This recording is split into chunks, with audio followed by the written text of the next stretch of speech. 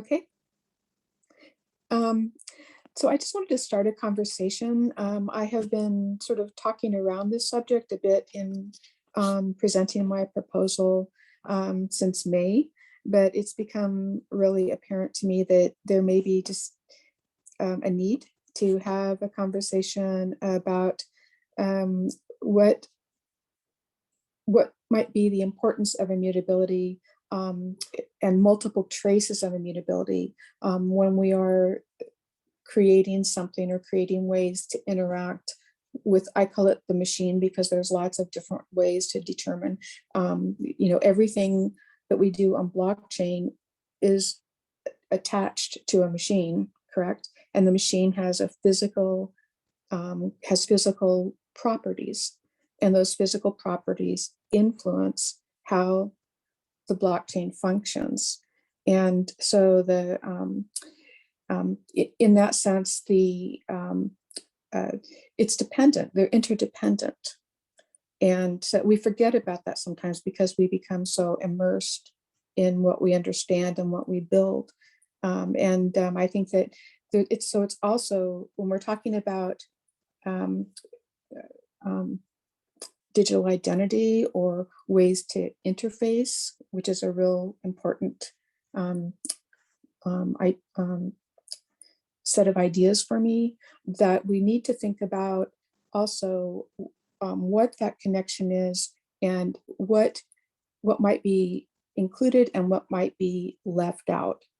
So for one example I thought of earlier this week was when Charles mentioned, I think it was in an AMA, that he thought about the woolly mammoth and how we can take the DNA of the woolly mammoth and we'll be able to recreate it and have, be able to experience the woolly mammoth in the future. And I thought that was really, interesting. And we all love those ideas because it strikes our imagination of everything can be recreated and can be experienced.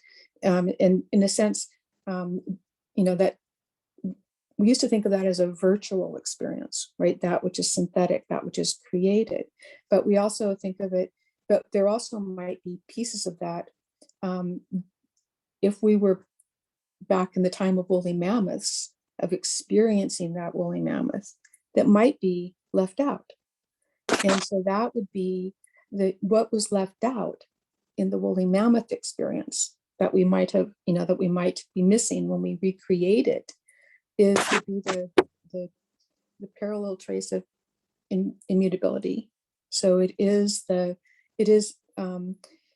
if we think about something that exists over time, over a certain period of time, we have it has persistence over that period of time. So say if we save something like an NFT on blockchain, that has a particular persistence. How long will that last? How long will our reputation last on blockchain? How long will we last? How long will the history of the transaction last? And then we have, if we think about it in other ways, what about other histories? What about our history? How we consider history? Where do we learn about histories? Do we learn about histories from only the databases, or do we learn about histories that are maybe not written from, say, the objects or the bones or the physical traces that we find? And that is one, it's an archaeology.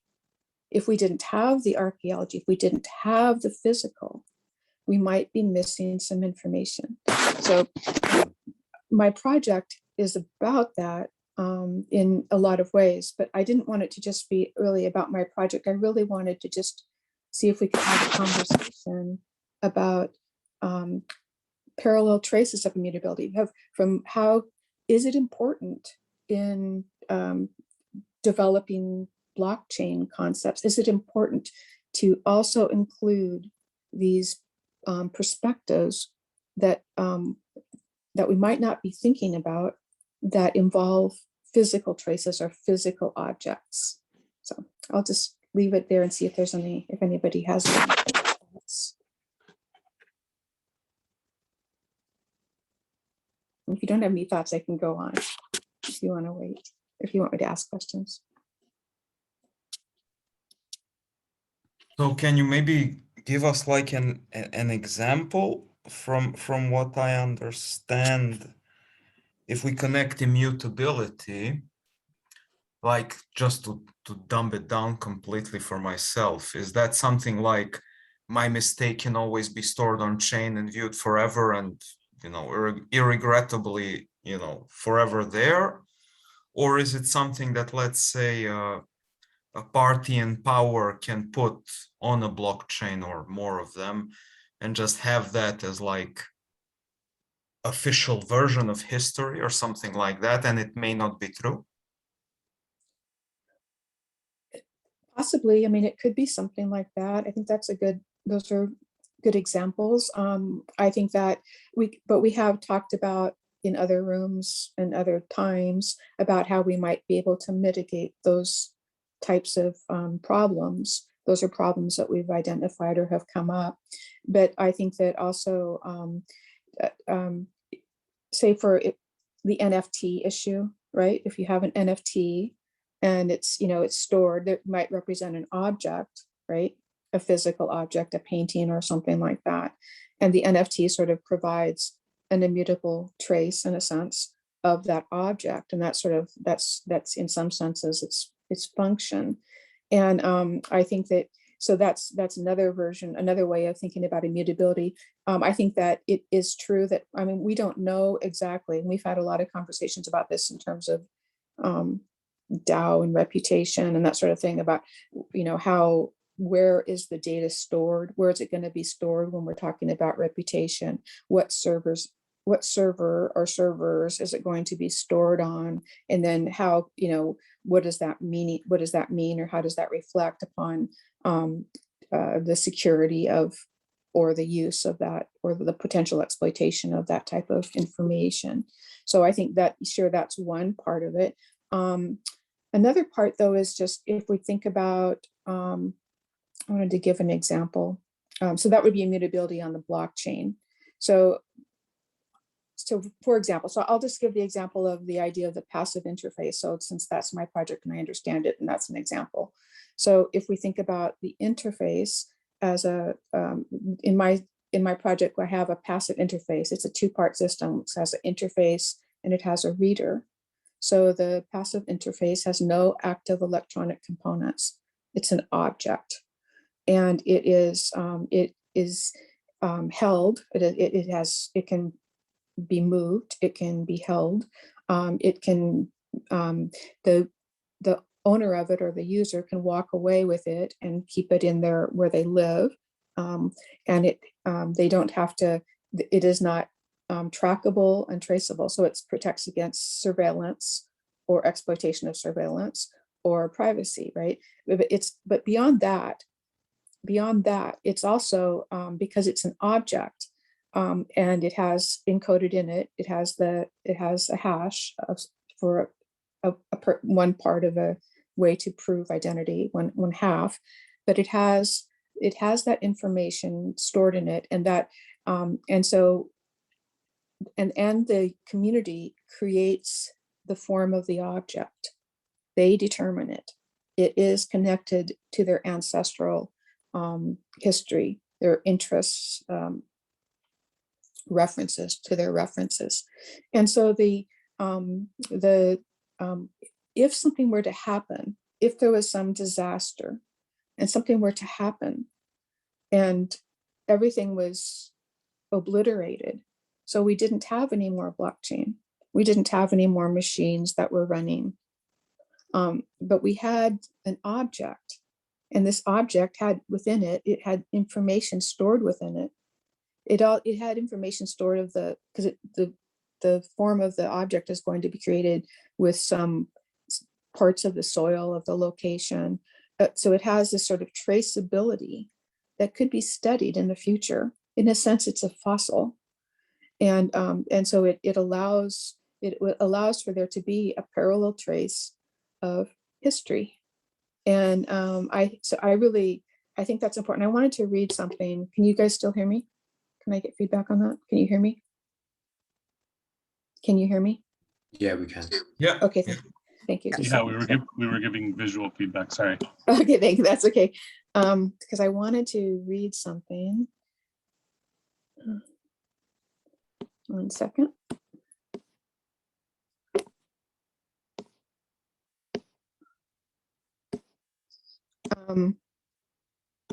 So I don't know if anybody's familiar with John Trudell, who was a Native American. He was a leader in the community, and he's now deceased. But in my white paper, there's a video of his that he calls it DNA, which he refers to as descendant, now ancestor. And but anyway, he says that. Well, first of all, I'll just say I want to say one thing first. So objects become a parallel trace of immutable history. The only reason we know of many false histories written by the victors, where now we even see false facts commonly stored in databases to protect the corrupt, it is because we use scientific processes to test the information in the bones and objects of the deceased. John Trudell says, we, human beings, are made of the same substances of earth, only we merely have a different shape. There is a reason to maintain a physical, immutable trace of our human presence on earth. Again, objects become a parallel trace of immutable history. In order to know any history, there must be an assemblage of information in multiple forms from multiple points of observation. So I don't know if that makes it any clearer.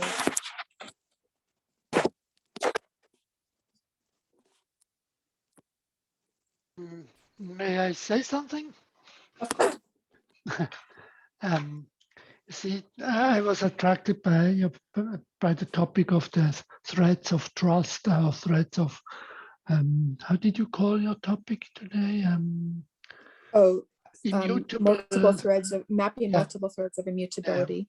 Yeah, the immutability. Just now, my personal opinion, because I also did some reflection about this topic. And you see, just before Philip said that if I do a mistake, then the mistake would also be forever in this blockchain, etc. This gives me the impression that we are too much thinking about meaning of what is and what is not. If I'm very tough, I could say the only thing we can prove with a blockchain is that at the given timestamp, a signature has been created by a private key and the hash of the data, and this data has existed at this given time. Otherwise, it would not have been possible to create this transaction. But the meaning of this transaction, the meaning of the data, whatever it is in this database, in this blockchain, depends on the, you could say, on the common sense of those using this blockchain. And you also mentioned that there would be an option maybe to falsify history, writing the history wrongly, to create a new version of history, etc. And I think that's exactly possible and always happens. And even with Cardano, you see, with the idea of having multiple chains, second layer chains with Hydra, the only thing which is unique and reliable is the base chain, Cardano, where the only true thing is the signature. And whatever you write, you could write two history of yourself on two parallel chains. And I say now, very tough, who cares? And you see, I don't want to discourage you, but in the end, I would say we think too much about the meaning and always think about what others think I mean, and what I think what they mean, etc., etc. And by this, we risk to lose the touching life and the reality right now. And you see, in the end, we all are going to go, even the earth. And whatever blockchain we are creating, it will not be forever.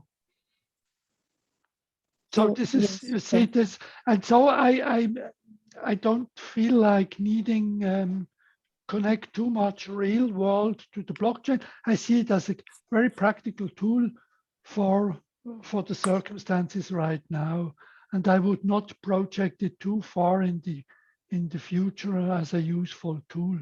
Maybe I'm wrong, but whatever happens in 1,000 years, I will not care in 1,000 years. And so why should Sophie, why should I Sophie, care now? Yeah. I'd like to answer that too, but Sophie has his hand raised. Go ahead, Sophie. Oh yeah, thanks. I did have my hand raised, but listening to Walter, I think I was going to say something similar. I guess maybe coming also from the idea that immutability is an abstract concept. In that, but it comes down, I guess, to the same thing that Walter says, is that there's nothing that is perfect, nothing that is forever.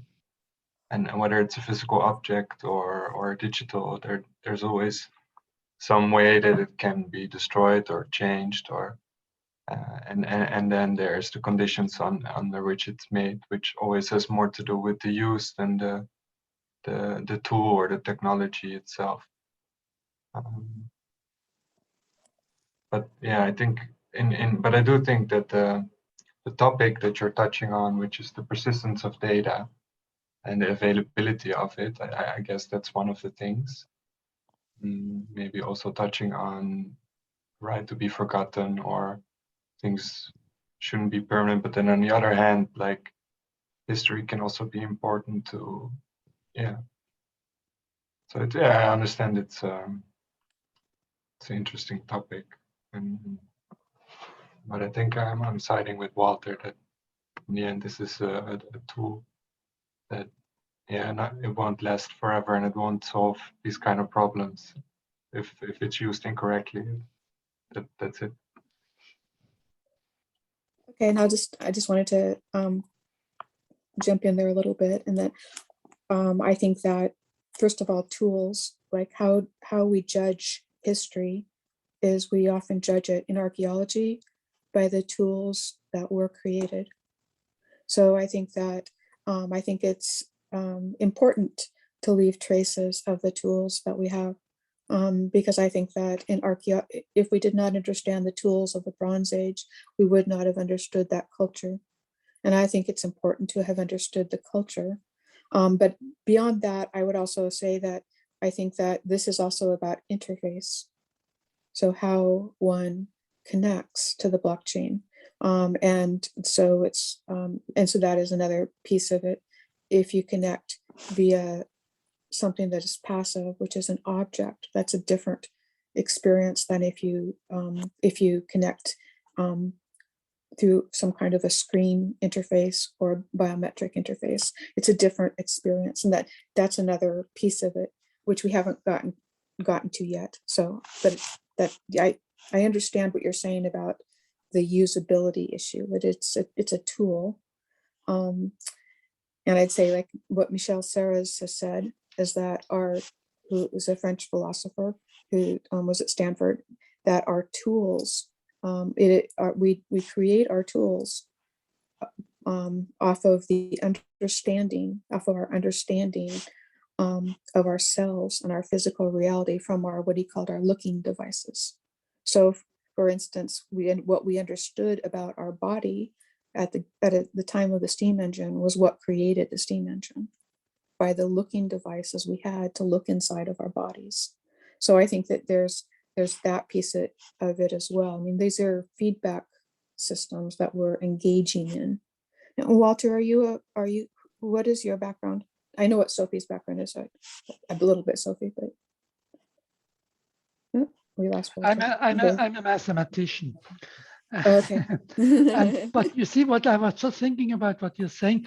A couple of weeks ago, my wife is an archaeologist, and we have been in Greece, and we visited the tomb of Alexander the Great's father, Philip II. And the great thing is, you see, he had not a blockchain available, but he spent a lot of energy and money and whatsoever to create a tomb with his rest and everything which was important to him. And he achieved that it has not been found by the diggers, but only by archaeologists who did it very delicately to open it. And now the tomb of this father, Philip II, tells us something about the past, which helps us to understand. That's great. So don't think I don't appreciate history and the effort to understand where we come from, what happens. But what I ask is, how much of my lifetime, of my energy, of my money, and whatsoever I have, should I spend to try to conserve something about me? I know that we have the tendency to do that because we are afraid of disappearing, but whatever I can achieve in terms of conserving about me, I'm guaranteed not the person who will see this or who will know about it, because the moment I die, everything I conserved, I did, is not available anymore for me, and I will not see it. That's my belief. I'm not a Christian, I'm agnostic. And so I'm afraid of, if I spend too much time thinking about what I will leave for the others, I will just miss my life. Which again does not mean that I do whatever I like and I don't matter if I hurt someone. I think it's very important how I live, but I don't think too much what I will leave, what will be Yes. left for me. That's the point. Yeah. And so Yeah. for me, I'm not interested in this aspect of blockchain for my personal life, but it might be interesting. I agree. That's my thought, maybe. Okay. Okay. Kelly, you had your hand raised. Did you already get your? Do you want me to move on to Benjamin? Well, I did, but I've got a horrible internet connection tonight, so I wouldn't be surprised if you can't hear me, can you? I can hear you. Marvelous. So let's give it a Sorry, go Benjamin. then. We'll get to you. She had her hand raised first. But, okay. Yeah, ahead. I mean, yeah, to Walter, I respect that you're not interested in this, but I didn't come here to talk about why we shouldn't be talking about it. So that's one thing. I think humans are quite scared of immutability. We're kind of naturally mutable beings, aren't we? You can tell that something's alive because it changes. So uncanny for away activity, we don't like being fixed. So I think that is something that frightens people a bit about blockchain. I think it's just quite interesting how we negotiate that. But then another thing that occurred to me is it's kind of interesting what the blockchain or any other record actually records. What are the limits of what it could record? As an archivist, I've had some really interesting conversations with marginalized communities collecting their own archives about particularly embodied memory, the memory that is encoded in the body, the experiences that we have physically, and how we record that. I remember one particular situation with a Gypsy Traveller archive that I worked with, and we were talking about how to record the experience of cleaning your water cans. You've got to keep them really clean, otherwise you get sick. And scrubbing them is a bugger. It's really hard work. And we were thinking about, yeah, you could put a water can in a museum. You could record an interview with somebody telling you about it, but you don't feel what it feels like to have your hands sore every morning, the embodied feeling. One great story that a woman told me, she got so totally sick of it one day. She just took the cans down the road, dumped them there, drove into town and bought some plastic ones. She'd had enough. So it's just like how you get that. How do you put that in your archive? Could you blockchain that information? Could you make that accessible for people as a permanent record of what that was like? Because marginalized communities and archives have a very dodgy relationship. It is often those outside a community talking about you and telling you what your experiences were, rather than you telling them what your experiences were. So yeah, I'm just interested in that interplay between the kind of episodic memory that you have that's encoded kind of in the brain, and then the peripheral stuff, the physical sensations, and can we make that persistent? Because it's our human perspective rather than the written texts that some academic did that really is about what the experience was for us. That's kind of all I was going to say. That's a really interesting, I'm noting that for comments later, but that's a really interesting Excellent. perspective. See, Benjamin? Thank you, Marta. This is a great topic. I really appreciate you putting this, bringing this up.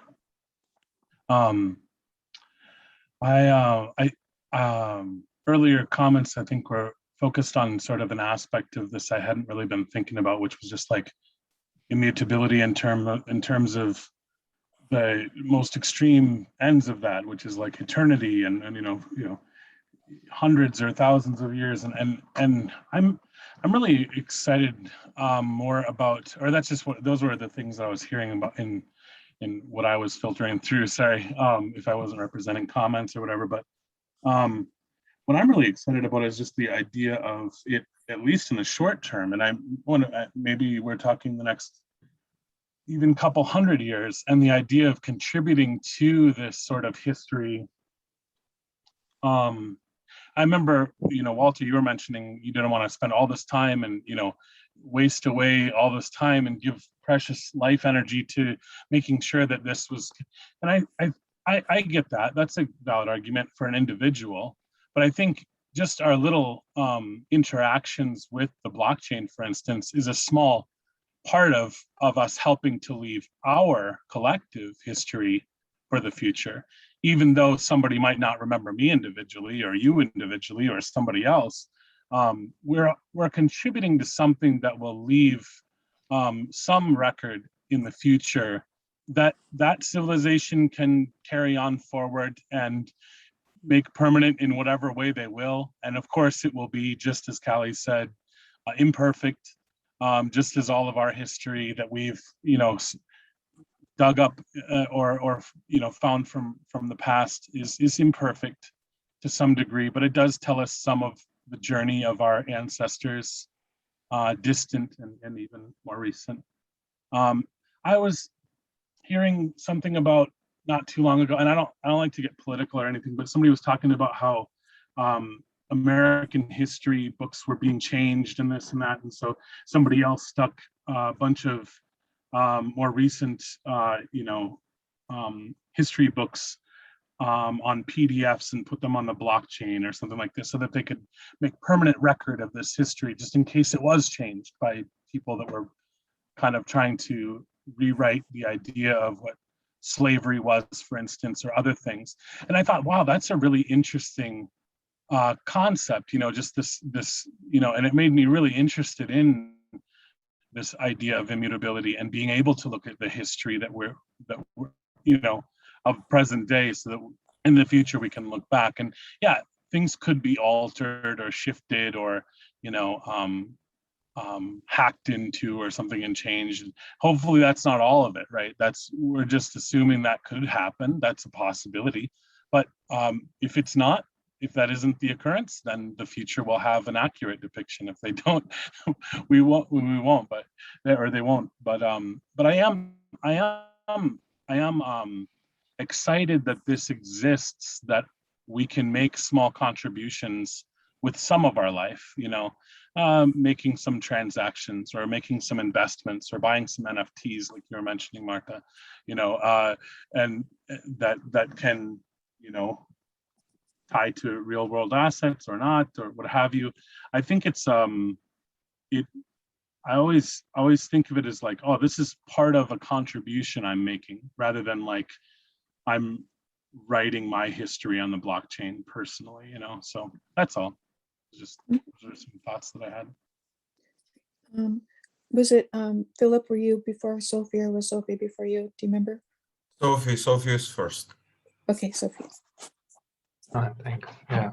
I think one thing with these kind of topics of like trying to preserve certain things for the future, or like this is the truth that should be known, or any like let's get these objects and this is representative of this time, and any such explicit efforts.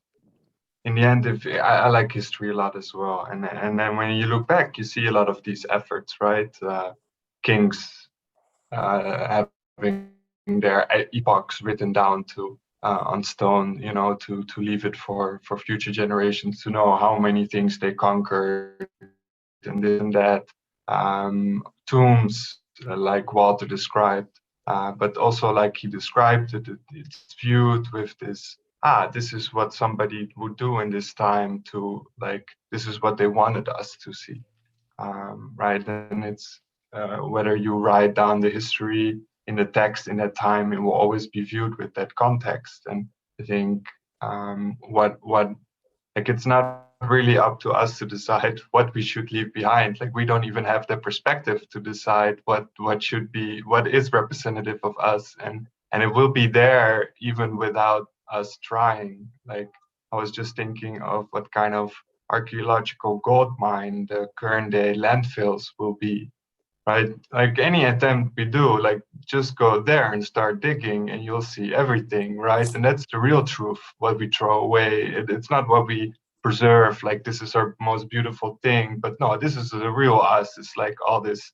junk that we were making during this time. That's the truth about this time that they will dig into, you know, and that's not up to us. I would say that that's one trace. That's a certain trace of what we are. But for example, I've spent most of my life online, almost my entire life, and I'm not young. And that whole history doesn't exist. It does not exist. So I think that, and it will not exist, and I don't care. I mean, it's not like I don't care personally. I could care less, but I'm just saying that I think that and I think like what Kelly was saying in terms of the human experience when we're looking at history, there's a whole section that is omitted as we become more and more, moving towards the singularity, right? Is that how it's described? You know, and I'm not against the singularity necessarily. I have more thinking to do about it. But I mean, I think that there is something but in terms of information that future generations will not perceive. So I think that how will that information be perceived? And so I think it's important to find, I mean, I think it's a great opportunity with blockchain technology, since it has a kind of immutability available to us, to find ways to make use of that, or to be aware about when we are building upon it, when we are creating. And Walter, Stephen had written something regarding lambda calculus. I think that was a mathematical relation of how that there might be, I wanted to read to you if that's okay as well, but I'll do that later. I'll do that towards the end. So I don't know if you're going to stick around or not, or I could reach out to you later about it, but I think that it's also an important piece of, it would be worth your consideration. Okay, so, right, so Philip. Thank you, Marta. Thank you, everybody, for different perspectives. Kelly, I am meeting you for the first time. It's very nice to have a perspective of an archivist and of someone with a higher and, let's say, wider perspective of history. And it's funny, someone mentioned, I think, Marta, you said singularity and the future, right? And I think that just in the last, if you take history and what we record, whether immutable or permanent or not, I think we record more data in the last 2 years than, you know, the last 100 combined. We just record more data, and I believe psychologically, with the hope that that will, you know, outlive us, like the kings of old built huge statues, and, you know, I conquered 5 countries and that's why I need to be remembered, or, you know, I won a Minecraft tournament and that's why I should be remembered. And I don't know, maybe it's somewhere in our nature that we want to live on. Maybe that's some biological representation of, you know, keeping the species running. And do we do it through our work? Do we do it through our activities? Do we do it through, you know, being louder than someone else? I don't know. Immutability on a scale of thousands of years, I don't know if it's even realistic. Like Benjamin said, you know, people are going to look back, and even if the data is immutable, they're going to say, ah, they lied, you know, ah, they were grouped together and they made it so it looks good or bad.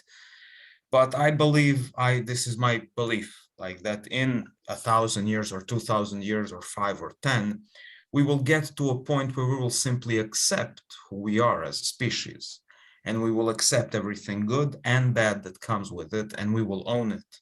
There will be no more separation. Ah, they did that and I didn't, and you know, I'm better than them and they are worse than me. We will just come to a group understanding, and that's what I think about when I think about a singularity. Singularity will say, well, it's my part is all that's good and all that's bad, and it just is what it is. And you know, I will understand the next human being and understand their emotions and drives as well as they do mine. To get back a little bit on Earth, from Walter's perspective, and Marta, from what I heard about your project, is that you're trying to use physical off the grid objects that don't require electricity or anything, to preserve some kind of data, right? And I think that in itself is a valiant effort, you know, for future, like you said, archaeologists to find, because it's a proof of the existing technology. Even, Walter, if it's a private key, right? If it's a private key, then someone down the line will be able to figure out, wow, they had digital thing, they had asymmetric cryptography in the year 2021. Which, you know, comparing it to the Bronze Age, like, okay, these people made bronze somehow. Wow, right? I mean, even that in itself is a valiant effort, right? And if you complicate that system more, and if you can make a system of stones that, I don't know, somehow interact with each other, then that's an ode, an honor to the existing technology today.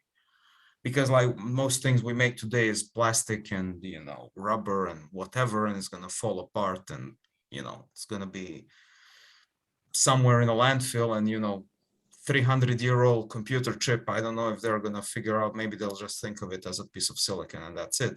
But if it's a rock with a seed phrase, you know, maybe someone will spend 10 years trying to do what the hell is a seed phrase, you know, and maybe someone will somehow, using your ECC, get to a private key for something and maybe figure it out. Imagine that kind of a, you know, discovery. Maybe that in itself, and Marta, correct me if I'm wrong, I'm not trying to oversimplify, I'm just saying that in itself is a worthy effort in my mind. I think that one of the things was to create objects that are not lacking meaning. I mean, I think that we are completely imbued in valuing that and purchasing objects that have no meaning. And the more we have, more buying power we have to buy meaningless objects, the more value we are seeing as having. So, I mean, in some senses, there are communities that are not, we may not be aware of so often, that only hold objects and only create objects because they have specific meanings to them through their ancestors, through their passed down through their ancestors. I'm sure we all have some objects that are passed down through our ancestors of some sort, whether it be a photograph or some other object we have that is very meaningful to us. So, I mean, there is the idea of, like, you know, having, so if you think about like sort of a fulcrum, and on one side I don't have to ask it. On one side of the fulcrum, we have, you know, this trajectory where we're moving with developing technologies, right? And it's going, and many people are very involved on a very deep level, much deeper than me, on a very deep level of understanding the minutia of creation of that technology. And that's a very noble effort as well. And Philip, you're one of those people as well. And then we have on the other side of that system, in order to keep it balanced, in order not to have a teeter-totter that where one side goes way up and then the other side just hits the ground, we bring it up a little bit by having this like focus on looking at our experience in relation to development from an object perspective, or from which relates us to an ancestral perspective. So it isn't really just to create to think about history. It's also to think about how we as physical human beings with senses and how we use our senses to bring information in, that we have these other forms, and whose form would it be? How, I mean, for me, the project would be to engage with people to create different forms. It's like, what other types of tactile information can we bring in? And this would address Callie's perspective, which she talked about.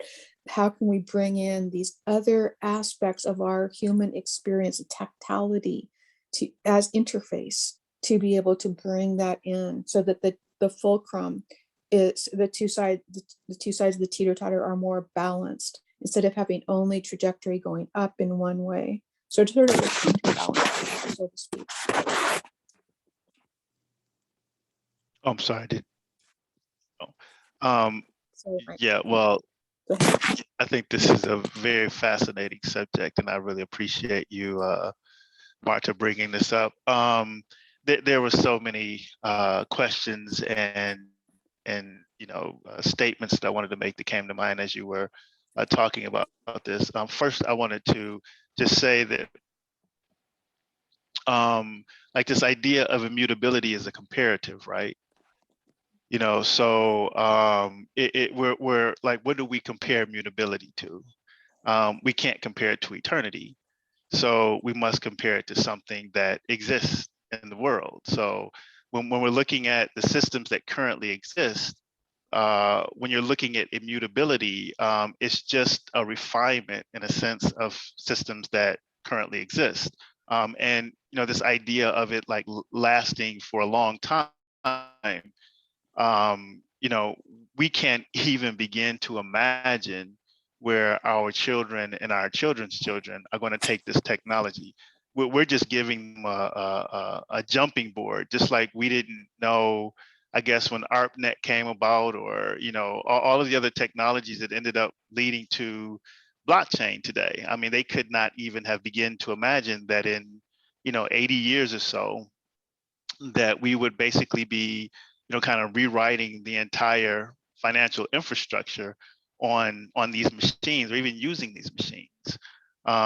But very, very fascinating, fascinating conversation. Another thing I wanted to mention was I've been looking at Zodiac quite a bit lately, because it's fascinating to me, just this idea that there are kind of 12 types of people in a sense, or these 12 divisions of the Zodiac. And when you look at, and I wanted to get back to the root of the Zodiac, because I like to get to that information. I really do have a fascination with Egypt. And as I continue to explore, what I learned was the Dendera Zodiac, which is considered to be the original Zodiac, the first Zodiac. Basically at the Temple of Hathor. Very fascinating, and kind of the richness of the Zodiac, of that Zodiac, and how it influenced, the Vedic Zodiac, the Greco-Roman Zodiac, and that information, even though we have current day representations of it, kind of the purity of the information that existed back then still holds great value. And then there's a couple of more. I mean, there's a bunch of things that were talked about here, but just a few more things. Like this idea of immutability, it really depends on what your spirituality is. I mean, some of these things are hard to prove, but whether they're hard to prove or not, it really doesn't matter. That just the fact that they exist in human consciousness means that they exist. But if you've ever explored the Akashic records or any information about the Akashic records, I haven't personally, but basically the Akashic records, represent, basically what it is that you're talking about, Marta, kind of this system that, like this database that records everything in a sense. And a lot of people believe in the Akashic records, and it holds a lot of value there. And just and from what I've heard, that like the time that we're moving into, whatever information exists in the Akashic records is supposed to be becoming more conscious. And then this idea of singularity, just to kind of bring some clarity to that as well, because the project that we're working on, we actually work with Singularity Net. We're in an accelerator with Singularity Net, and we've had an opportunity to talk to some of their top engineers, as well as the people that run the company. And their definition of singularity is basically when the machines become smarter than the humans, and basically they run the show. And that's what they're kind of identifying as singularity. So just kind of wanted to throw that out there too, as a point of clarity. Thanks, Sydney. I really appreciate that. I think that in terms of, I'm sorry that Walter left because I was just pulling up some data for him, but I wanted to read something that Stephen had left as a comment related to this idea, this project. But I think in terms from a mathematics perspective, so I'm just going to read it just to get it out there, and I don't know if it'll be meaningful to any of you that are still here, but just wanted to read it. So he was talking, he had mentioned lambda calculus, and he said he's talking about that was developed by Alonzo Church, who collaborated with Alan Turing on computability. And he said, and Church's lambda calculus came to mind in relation to your proposal because it is an analog means of computation or written notation, and a way to test what is computable without a digital computer. Another aspect of lambda calculus is its sparseness. At its core, it is a non-extensional theory of functions, so it does not rely on external references to ordered pairs of data. Lambda functions are unary and immutable. A passive interface with an immutable history, if it is computable, would be a Turing machine, and a possible reader-writer could be lambda functions. So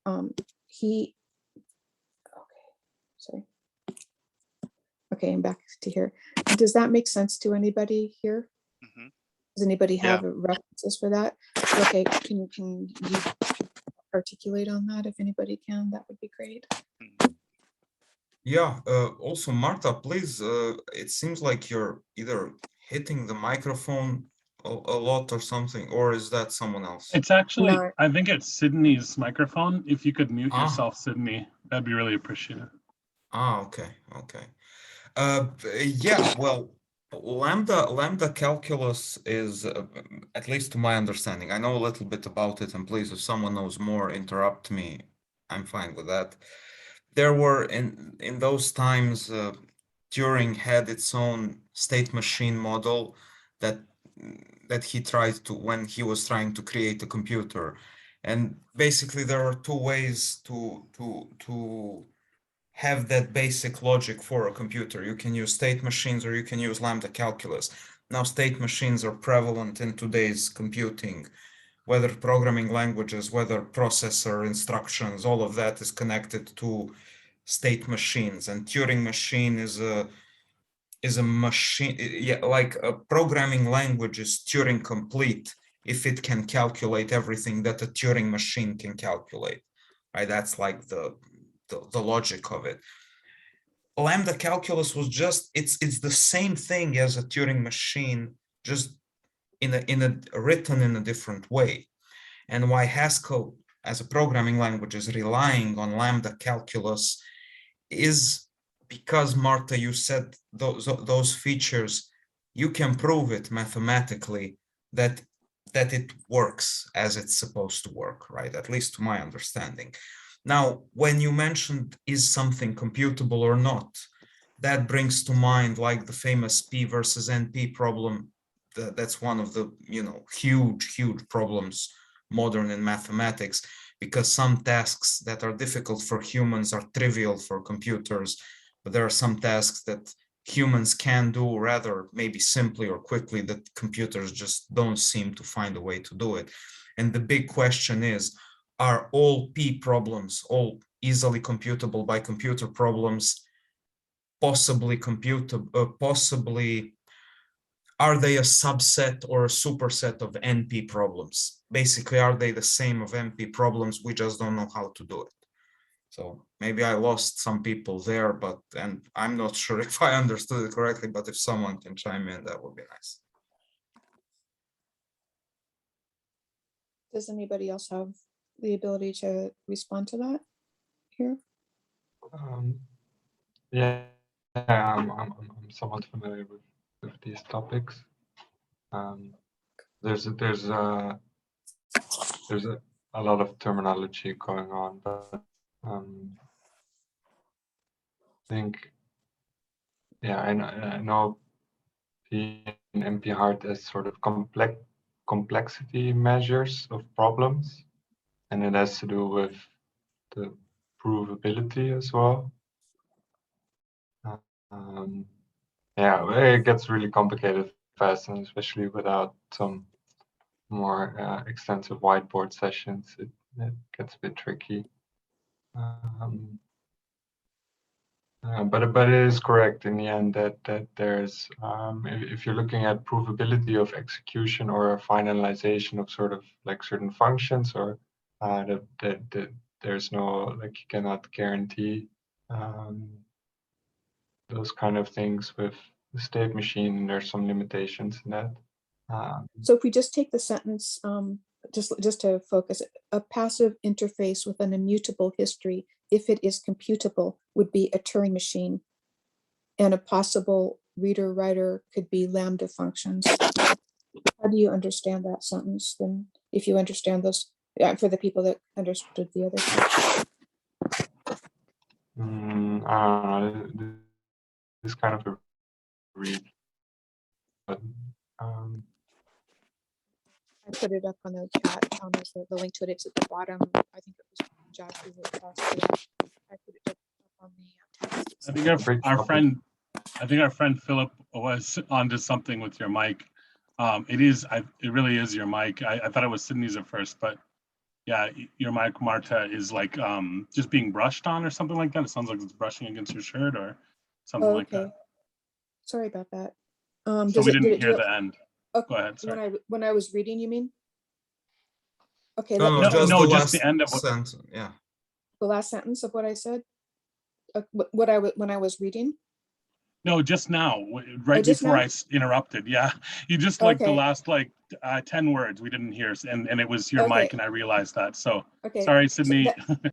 That's okay. So that sentence that I read, I was asking if people who could understand the mathematical references, if they would be able to respond to that last sentence.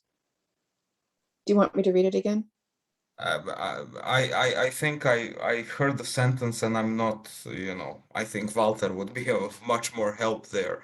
But if I understand correctly, if the physical element is a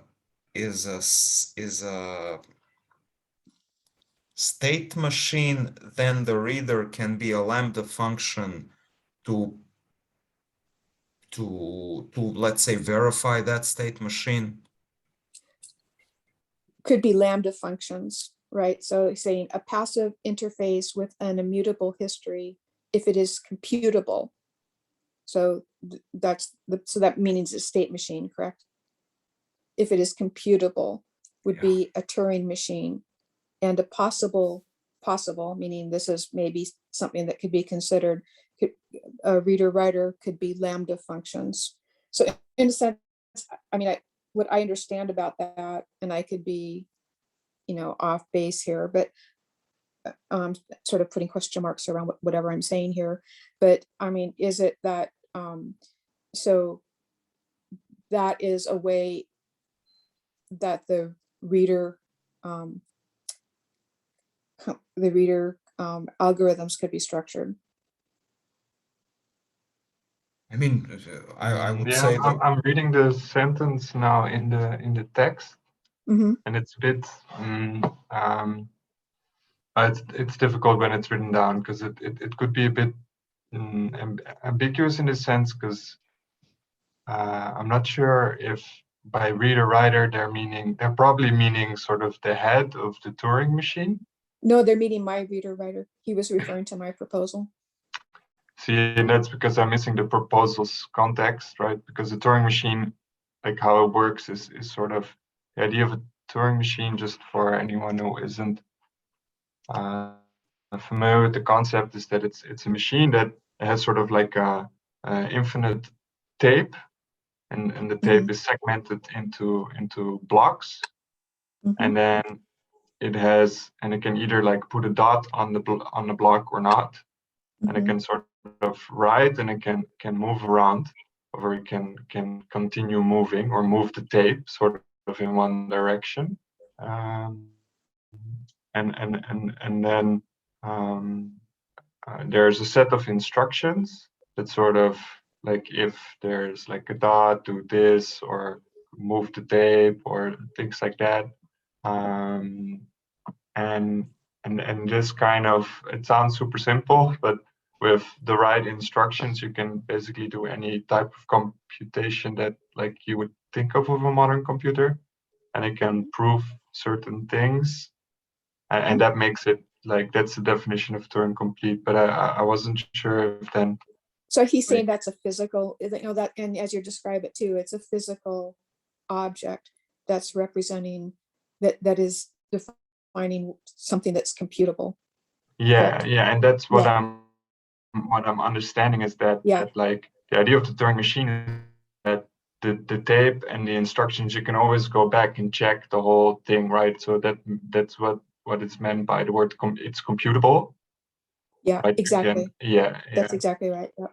So if